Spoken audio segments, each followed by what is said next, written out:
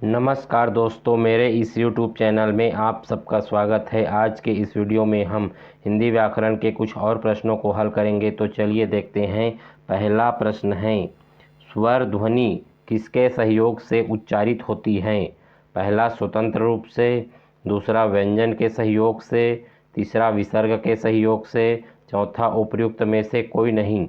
तो इसका सही आंसर है पहला, स्वतंत्र रूप से। स्वर ध्वनि जो होती है स्वतंत्र रूप से उच्चारित होती है। स्वर जो होता है स्वतंत्र वर्ण होता है, इसका उच्चारण स्वतंत्र रूप से होता है, जबकि व्यंजन परतंत्र वर्ण होता है। इसके उच्चारण के लिए स्वर वर्ण की आवश्यकता होती है। इसके बाद अगला है दूसरा नंबर का प्रश्न। प्रत्यक्ष शब्द का विलोम है। पहला अपरोक्ष, दूसरा परोक्ष, तीसरा सुंदर, चौथा प्रत्यय। तो इसका सही आंसर है दूसरा, परोक्ष। प्रत्यक्ष मतलब जो सामने में है, जो स्पष्ट है, और परोक्ष मतलब जो पीछे है, जो अस्पष्ट है। तीसरा नंबर का प्रश्न है, देवी इच्छा की संधि होगी। यहाँ पर जो देवी इच्छा लिखा है वहाँ पर ये रहेगा देवी धन इच्छा। ये जो होगा देवी धन इच्छा की संधि होगी।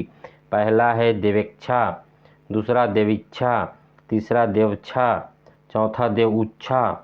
तो इसका सही आंसर हो जाएगा दूसरा, देवीच्छा।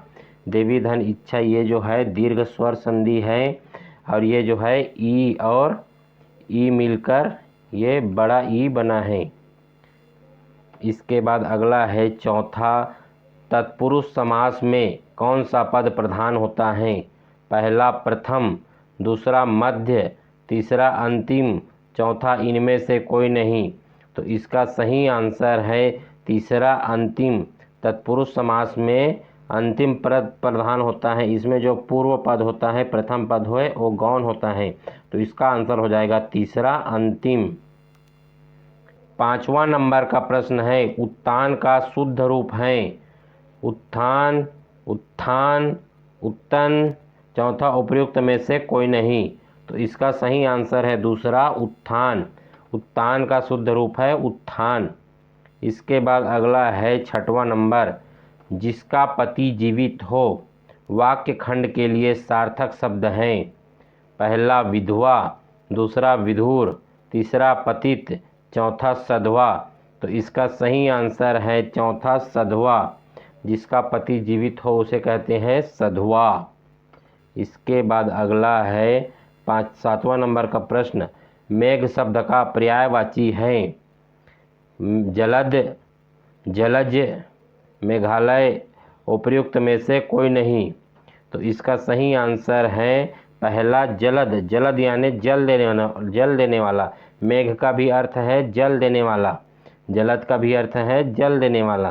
तो इसका सही आंसर हो जाएगा पहला, जलद। आठवां नंबर का प्रश्न है, निम्नलिखित में से कौन सा शब्द तद्भव है? अग्नि, मया, 14, वत्स। तो इसका सही आंसर हो जाएगा तीसरा, 14। 14 जो है तद्भव शब्द है। इसका तत्सम की बात करें तो ये हो जाएगा चतुर्दश। क्या हो जाएगा? चतुर्दश। इसके बाद अगला है 9वां नंबर का प्रश्न, संन्यास शब्द में कौन सा उपसर्ग है? पहला सम, दूसरा सम, तीसरा शनि, चौथा यास। तो इसका सही आंसर है पहला, सम। ये जो है सम मिलके संन्यास बना है। इसके बाद अगला है 10वां नंबर का प्रश्न, महिमा शब्द में कौन सा प्रत्यय है? प्रत्यय जो बाद में लगता है, म, मही, हिमा, इमा। तो इसका सही आंसर है चौथा, इमा। तो दोस्तों, आपको यह वीडियो अच्छा लगा हो तो वीडियो को लाइक करें, शेयर करें और चैनल को सब्सक्राइब करें। धन्यवाद।